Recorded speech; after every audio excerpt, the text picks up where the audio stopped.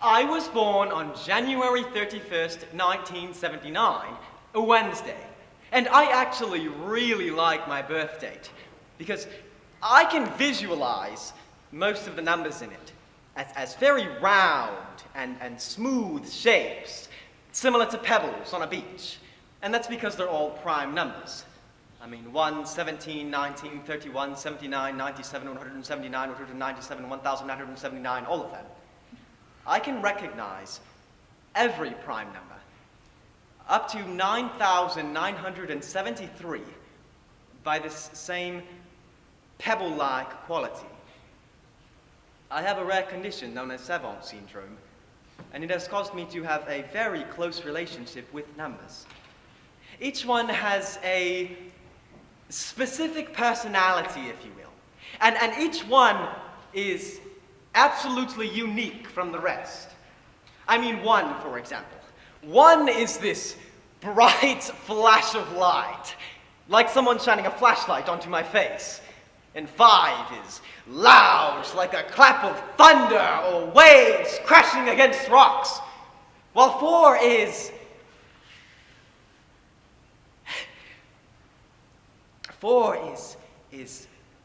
both shy and quiet,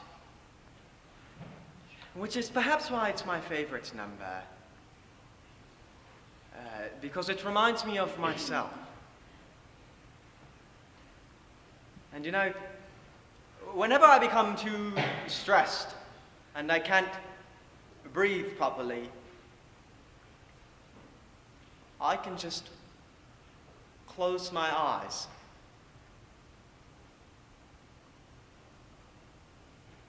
and count.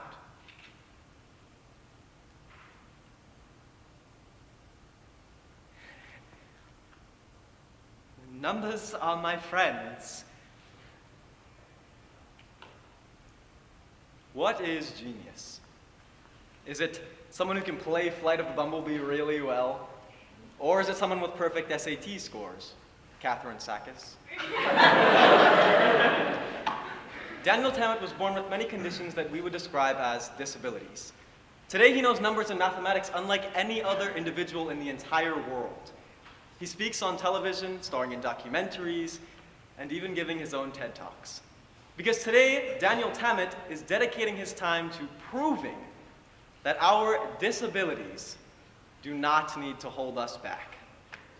Born on a Blue Day by Daniel Tammet.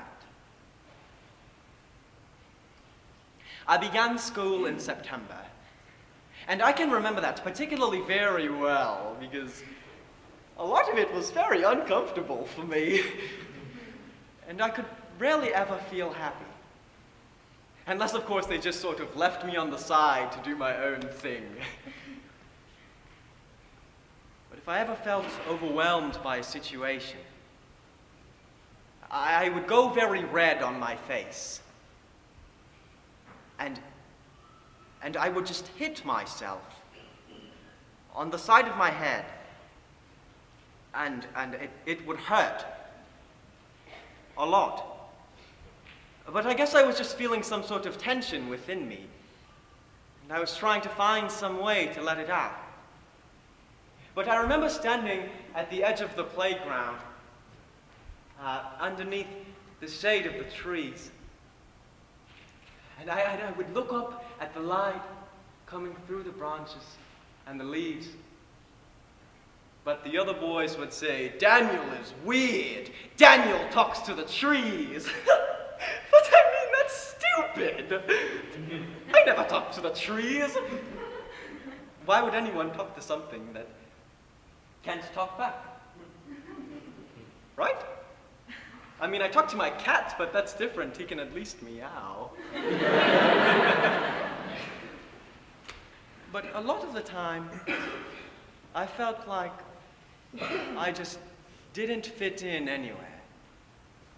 It was like I was born into the wrong world. And most of the time, I just wanted to vanish. And I would spend hours just looking up at the ceiling, wondering what the hell it was like to have a friend. And you know, sometimes the other children would try to talk to me. And I say try because it was difficult for me to interact with them. I mean, I just didn't know what to say or do. I mean, often when I spoke, it was this long, unbroken sequence of words, and the idea of pausing or taking turns in a conversation just never really occurred to me. And I really had to get used to the feeling of loneliness. I guess as a way to make up for my lack of friends, I began creating my own. And my favorite, I can still remember to this day. She was a very tall woman named Anne. And she wore this long blue cloak from head to toe. And we would walk around the playground together, talking about numbers, and books, and life, and death, and everything. And I just felt so close to her. Because finally, this was a single person that I could say or do anything with, and she wouldn't dislike me. But I remember sometimes I would ask her a question, and she just couldn't answer. I remember looking up at her and saying, "Why am I so different from the other children?"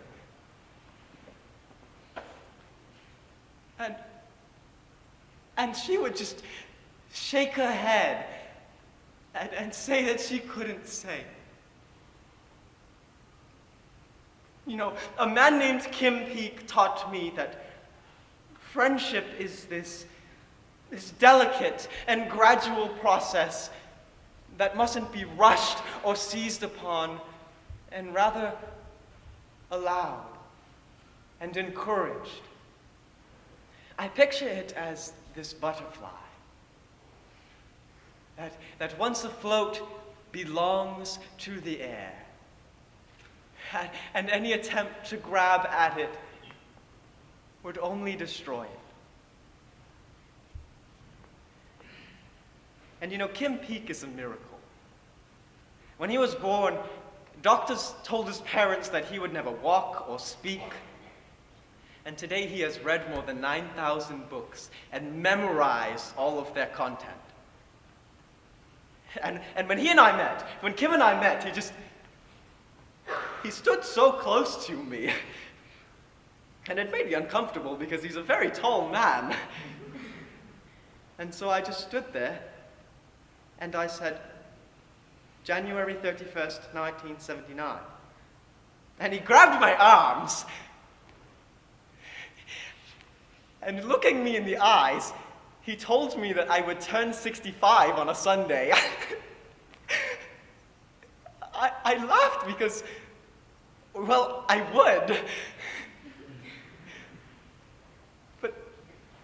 But then he said, "November 11th, 1951.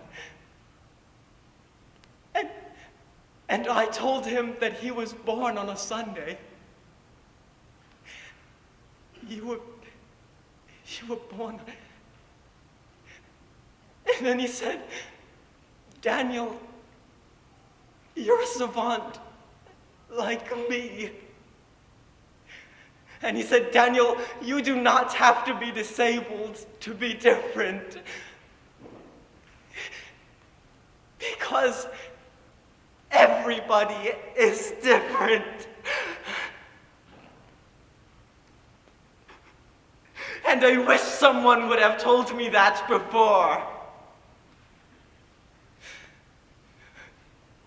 Because meeting him was one of the happiest moments of my entire life.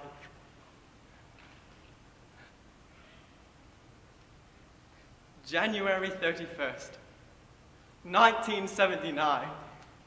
That was a Wednesday. And I know it was a Wednesday because the date is blue in my mind. And just like the number 9, Wednesdays are always blue.